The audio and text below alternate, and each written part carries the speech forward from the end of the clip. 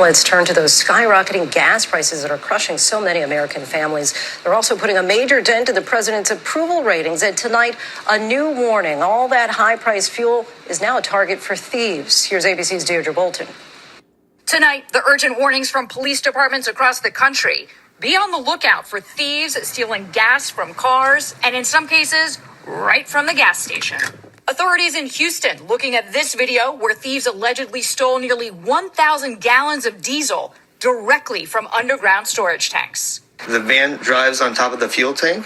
That's all you see. No one comes out. They have a trap door inside their vehicle, which is crazy. In Atlanta, police arresting this man after an officer allegedly spotted him stealing gas from cars. These reports coming as gas prices hit an all-time high, an average of $4.33 per gallon nationally. Right now, California has the highest prices in the country, $5.74 per gallon.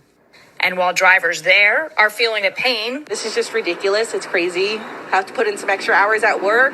The soaring prices are arguably hitting people harder in places like Indiana, where workers don't make as much on average. Larry Roberson fears he may have to close his car service business. This is it. We have nothing else. If we are caused to shut down, then then we're broke. And with war raging in Ukraine, a brand new ABC News Ipsos poll shows that while most Americans support President Biden's ban on Russian oil, a staggering 70% disapprove of his handling of gas prices and inflation. Inflation has been the primary factor weighing on the minds and the budgets of households. In Texas, mother of two, Bretonia Bays runs a daycare out of her home. She says she's losing business because parents can't afford to drive their children to her because of the surge in gas prices. Our families are suffering. Nobody has enough to fill their tank or their bellies. To try to combat inflation, the Fed is likely to raise interest rates next week. That makes all borrowing more expensive, from mortgages to car and bank loans to credit card rates. Lindsay? The price is still expected to rise. Deirdre, thank you.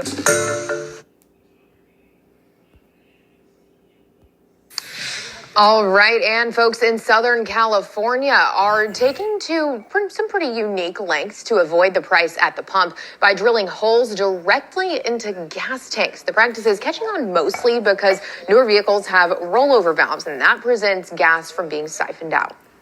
What the heck am I going to do now? More security, more stuff to make sure that people start messing around. It's just more stress. To make matters worse, for many people, there's really no way to protect cars from thieves because there's no way to cover up a gas tank. And replacing tampered with gas tanks can also be quite costly, ranging from $1,500 to $2,000.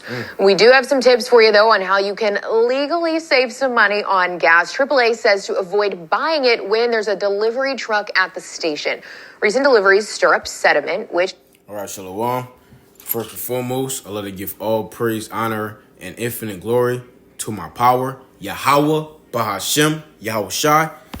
Double honors to Elder Tahar and the rest of the elders that are fervently pushing this truth, a great millstone. And as always, peace and blessings unto the elect. All right, so as you can see from those two news clips, man, shit is getting real. All right, shit is getting real out here. Now, we've been telling you that people are going to start to try to steal gas. And sooner or later, people are going to start dying at the pump, man. All right, people are going to be arguing. People are going to be bickering over who's next at the gas pump and different things like that, man. Shit is about to get real. And that's all according to prophecy. All right, that's all according to prophecy, which this is all beautiful. All right, this is all working in the favor of the men of the Lord. And gas is real valuable right now. See the stuff that people has been taking for granted, all of that is starting to become valuable at this very moment. And then next is going to be the food, which Dabu77, he just did a video today on how food prices are expected to continue to escalate by 22%. And you got this shrinkflation thing going on now too. All right, which shrinkflation is basically the grocery store downsizing downsizing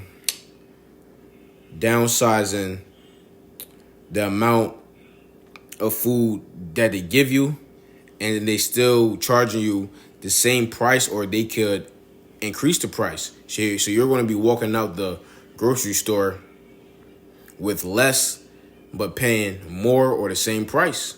So let's just say that you're used to getting, 24 bottles, a 24 pack of bottle of water. And let's just say the cost for that of Poland Spring.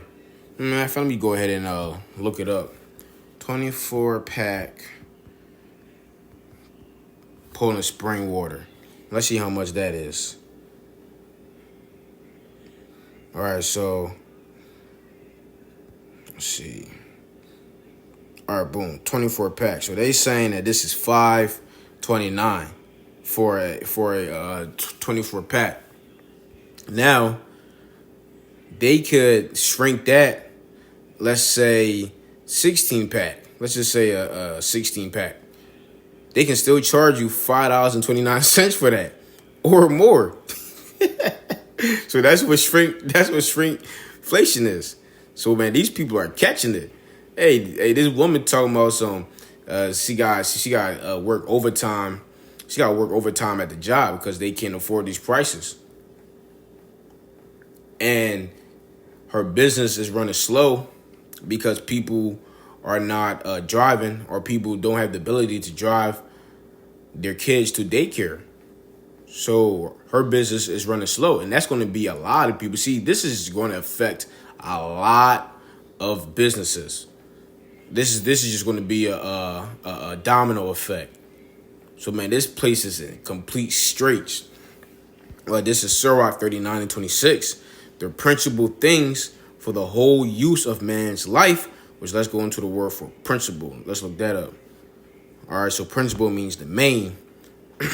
Crucial. I like that. Crucial. So the crucial things for the whole use of man's life are water, fire, iron, and salt, flour of wheat, honey, milk, and the blood of the grape, and oil and clothing. See that? Oil and clothing. So oil is the principal thing.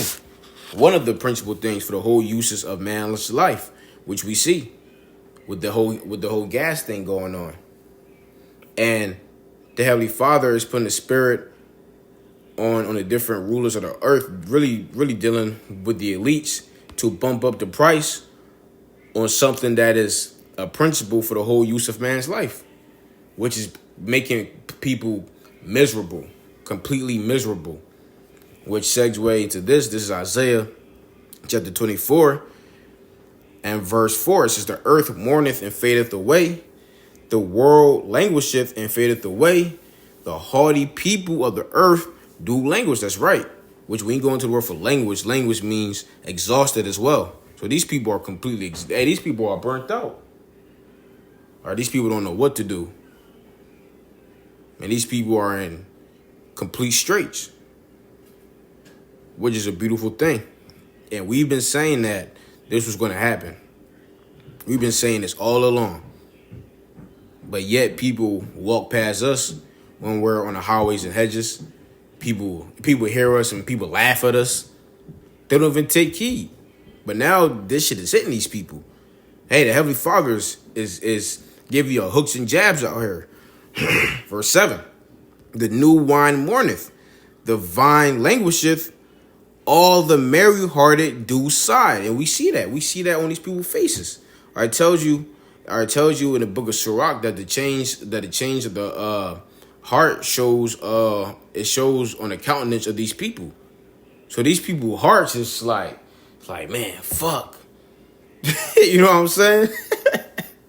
These people are just sick out here, man.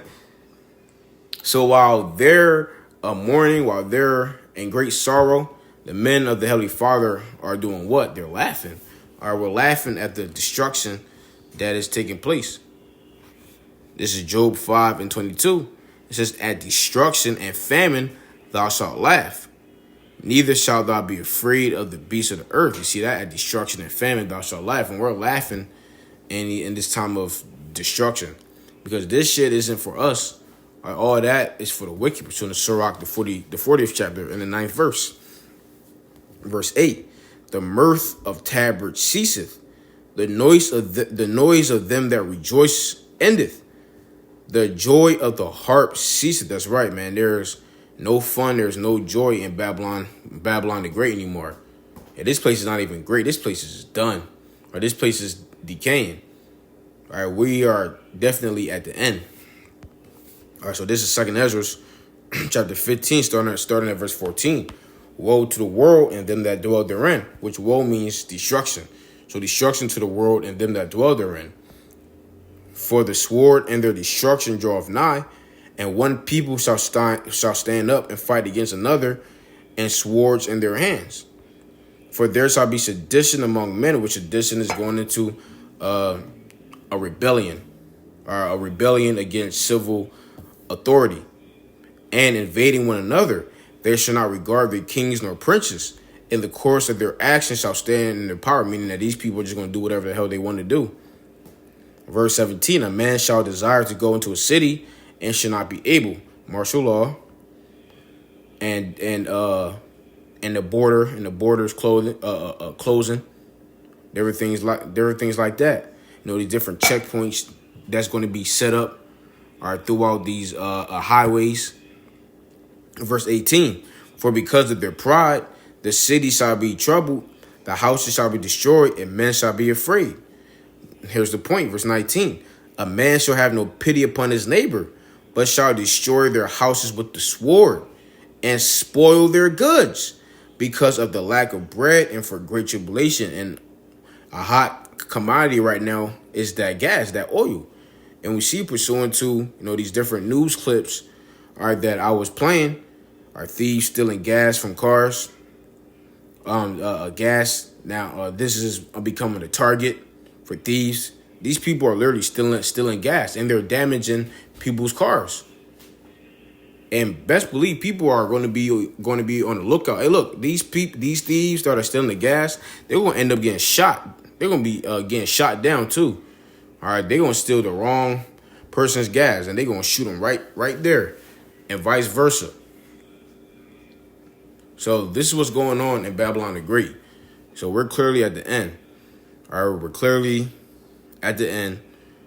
And I was just speaking to my dad, and he was saying how back in like 96, he was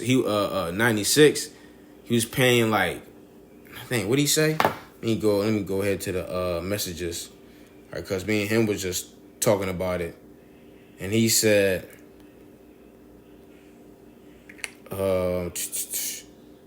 he said a gallon of gas was 95 cents when I came here in 1996, because my dad comes from Ghana. So he came over here in 96 and gas was 95 cents. And he said George Bush came to power and it went up and never came down, because he was telling me how when prices go up, they don't ever come back down. So that's a huge leap. That's a huge leap until now. So this place is in great straits. All right, we're at the end of this thing. This place is done. These people are in mourning. These people are in sorrow. And us, we should be happy. All right, we should be happy to see the downfall of our enemy, which I'm going to go ahead and get that. I got it earlier in my lesson that I did like around 12 o'clock. But hey, I'm going to get it again. This is Sirach chapter 25 and verse 7. There be 9 things which I have judged in my heart to be happy. And the 10th I will utter with my tongue. A man that have joy of his children, and he that liveth to see the fall of his enemy. And we're living to see the downfall of America. All right, this place is clearly falling. This place is in decay. And people are going to stop going to work. When people stop going to work, man, they're going to stop paying their bills. Because they're like, man, I can't afford to drive. To work. Are you kidding me? These prices on gas is too high. So we have a lot to see from now going on forward. This week, in the next 2 weeks, because guarantee this up and coming week starting Monday, man, it's gonna be crazy. It's gonna be all hell out here. All right, but so Yahweh Tazal, if you brothers and sisters were edified, The next time, Shalom.